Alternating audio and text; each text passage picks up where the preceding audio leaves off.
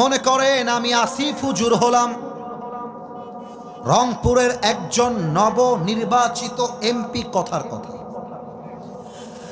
MP হওয়ার পরে আমি খেয়াল করলাম যে আমার ব্যাংকে আছে, উদাহরণ হিসেবে বলছি, কয়েক হাজার কোটি টাকা আমার ব্যাংকে আছে। আমি দেখলাম যে আমি জাস্ট কোনো এমপি নই, আমি একজন সফল ব্যবসায়ীও বটে।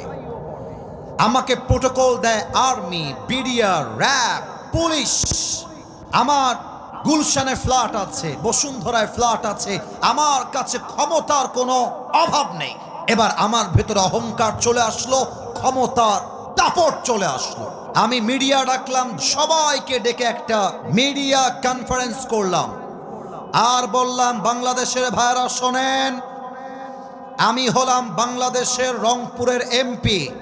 আমার ব্যাংকে কয়েক হাজার কোটি টাকা আছে। আমাকে police, RAB, BDR, army always protocol দেয়। আমি আমার ক্ষমতার বড়াই দিয়ে ঘোষণা দিলাম, আমি আজীবন মৃত্যু থেকে পালিয়ে থাকব, মৃত্যু আমাকে ধরতে পারবে না। Now it's your turn. এবার আপনারা উত্তর দিবেন, টাকা দিয়ে, ক্ষমতা দিয়ে, এমপি হয়ে, পুলিশ দিয়ে, বিডিআর দিয়ে, র্যাব দিয়ে, সেনাবাহিনী দিয়ে মৃত্যু থেকে পালিয়ে যাওয়া, ইজ ইট পসিবল? উত্তরটা আসতে আসলো কেন? Is it possible? This is not possible, it's quite impossible. হতেই পারে না।